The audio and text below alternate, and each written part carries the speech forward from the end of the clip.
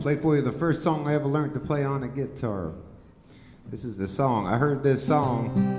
I didn't realize when I heard it was going to ruin my life. I was just out of the Navy, and I was going to college in New York City in 1966. And I heard a fella at the Folklore Center in New York picking this Candyman blues. And it tickled my ear. I just knew I had to do it. And after a while I asked this fella if he could teach me how to do such an incredible thing, and he said no. But I kept listening anyway. When he was finished, he handed me a matchbook with a phone number on it. The number was AX17609. I said, "What's that phone number?" He said, "That's the number to call if you want to play the guitar like that." He said, "That's Reverend Gary Davis's phone number." Mercy. I knew about Reverend Gary Davis, the legendary blind preacher, came to New York in 1935 to make blues records with Blind Boy Fuller and Sonny Terry. He recorded 2 beautiful blues numbers. Then he got religion. 2 hours in a big city and he got religion. The big city will do that to some.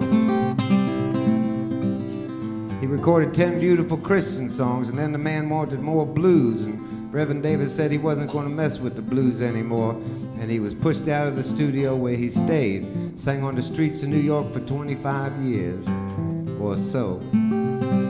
About 1960, folk music started to happen. Peter, Paul, and Mary recorded a song. They heard old blind Gary singing on 135th Street and Lenox Avenue on the streets. Reverend Davis hit pay dirt. The publishers asked him if he wrote the song "If I Had My Way." Reverend Davis tilted his head back in the chair and said he never wrote any songs. That song was revealed to him in the spring of 21. Make a short story longer than it could be. Reverend Davis put his mark down and they counted out $500 for Reverend Davis. In 1960, that was a lot of money. It's more money than I'm making a night 40 years later.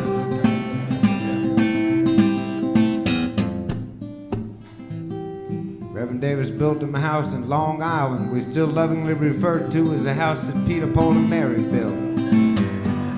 I had the phone number. I was shy about calling up the blind Reverend. Finally I got up my courage and I dialed it up, AX17609. The old man answered the phone. I said, "Reverend Davis?" He said, "That's my name." He said, "My name's Roy and I sure like the way you play a guitar. Could you show me how to do it?" He said, "Do you have any money?" I said, "How much does it cost?" He said, $5 to get you a guitar lesson.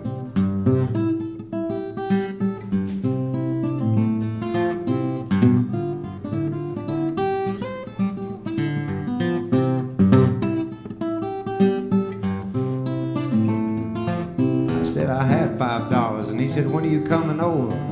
I was still shy about it. I said, "How about a week from Thursday?" He said, "Reverend Davis is an old man, you know. So you better come and get it while it's still here." I said, "When?" He said, "Now." Man, I was shaking in my boots. I said, "How am I going to get over there? I live in Manhattan." He said, "You get on the subway train." So I got my guitar packed up and went down on the subway train. I had a choice. I could take the E train, the F train, or the A train. I took the A train, but I ended up in Brooklyn. I was supposed to go to Queens on the E train or the F train. Got me a transfer, you know, and I finally did get over there.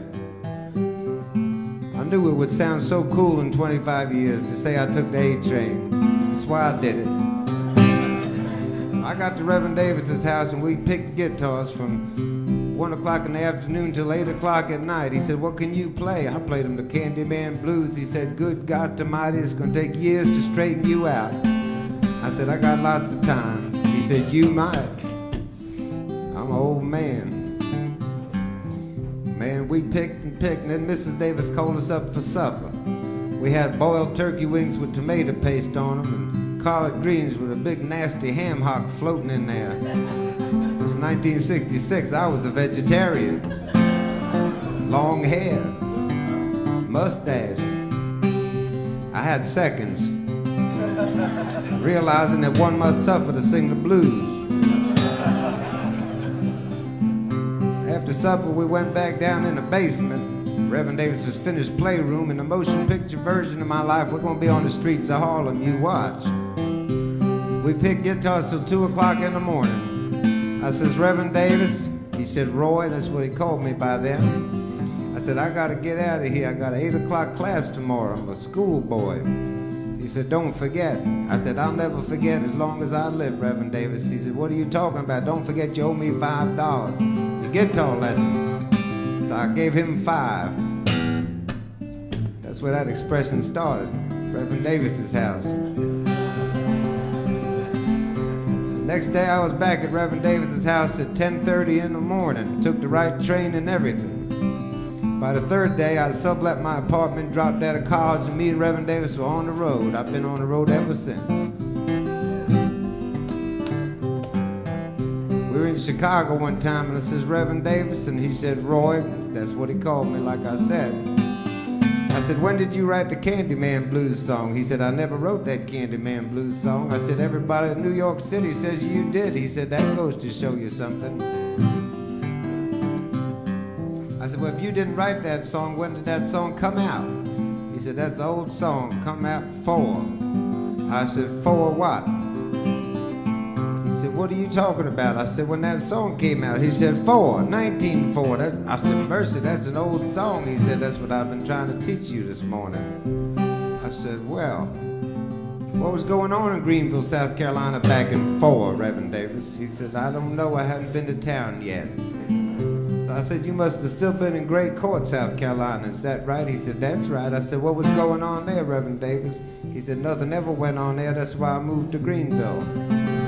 Wasn't easy learning about this, but I thinks it was easy. I said, Reverend Davis, back in 4, what were you doing in Great Court, South Carolina, the first time you heard somebody pick the Candyman Blues? He said, I was a little blind baby boy playing in the mud in front of my mama's house, and I heard it coming up the street. Sounded like a brass band in a parade, tickled my ear. I said, Mama? She said, little Reverend Davis, do anything in this God Almighty world to keep the Candyman home. He said, what's that coming up the street sound like a parade? She said, nothing but a nasty old guitar picker playing the Candyman Blues. He said, you better get me one of them things. She did, he did, and here we are. I'd do anything in this God Almighty world to keep the Candyman home. Big leg Ida, ooh, big leg Ida. Big leg Ida, Candyman, big leg Ida. Sure do love that big leg gal, God knows I do.